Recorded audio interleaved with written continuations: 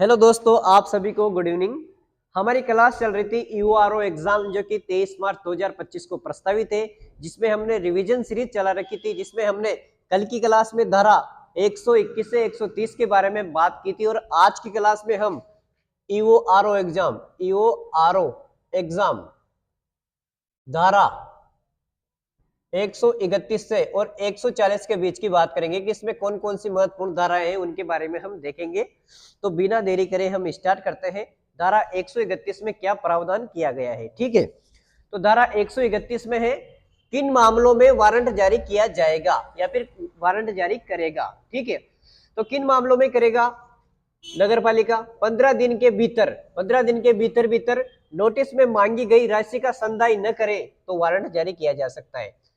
ना ही मांग के विरुद्ध धारा 121 के उपबंधों के अनुसार अपील करे तो भी ये वारंट जारी किया जा सकता है, ठीक है। धारा 132 में है, वारंट का निष्पादन करने की वारंट का निष्पादन करने के लिए बलपूर्वक प्रवेश, मतलब वारंट को मनवाने के लिए बलपूर्वक प्रवेश किया जाएगा, ठीक है। धारा 133 में है, वारंट को निष्पादित करने की रीति, यानी कौन सी रीति होगी, किस चीज को कुर्की की जाएगी, किसकी नहीं की जाएगी। कुर्की का मतलब उसका अधिग्रहण किया जाएगा। अगर वह महिला वगैरह रहती है, उनके कुछ महत्वपूर्ण सामान है, तो उनको 2-3 घंटे का नोटिस देकर 2 घंटे का नोटिस 3 घंटे का नोटिस देकर उनको टाइम दिया जाएगा। और कुछ सामान है उनके कीमती सामान, तो उनको ले जाने का भी उनसे ले जाने की भी के बारे में भी कहा जाएगा, ठीक है। तो ये वारंट 133 में है। 133 में है, वारंट को निष्पादन करने की रीति क्या होगी, ठीक है। धारा 134 में है, विशेष मामलों में कुर्क की गई संपत्ति का विक्रय किया जाएगा, ठीक है। धारा 134 में। धारा 135 में है, उन व्यक्तियों के विरुद्ध संक्षिप्त कार्रवाई की जाएगी जो नगरपालिका छोड़ने वाले ही हो, ठीक है। जो व्यक्ति नगरपालिका छोड़ने वाले हो उनके विरुद्ध संक्षिप्त कार्रवाई की जाएगी धारा 135 के तहत, ठीक है। और धारा 136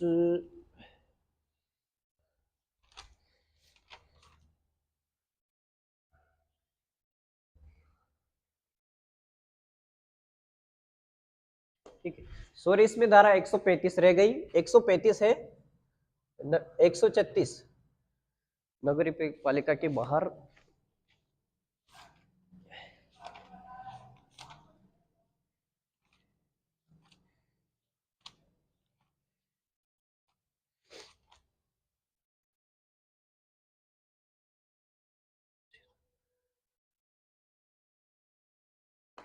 ठीक है, ये 136 है। 136 135 छूट गई थी धारा 135। नगर पालिका के बाहर भी कुर्की और विक्रय, नगर पालिका के बाहर नगर पालिका के बाहर भी कुर्की और विक्रय, ठीक है। ये धारा 135 छूट गई थी, जो मैंने यहाँ लिख दिया कि नगर पालिका के बाहर भी कुर्की और विक्रय किया जा सकता है। कुर्की को मतलब किसी भी संपत्ति को अधिग्रहण किया जा सकता है, उसका विक्रय किया जा सकता है, उसको बेचा जा सकता है।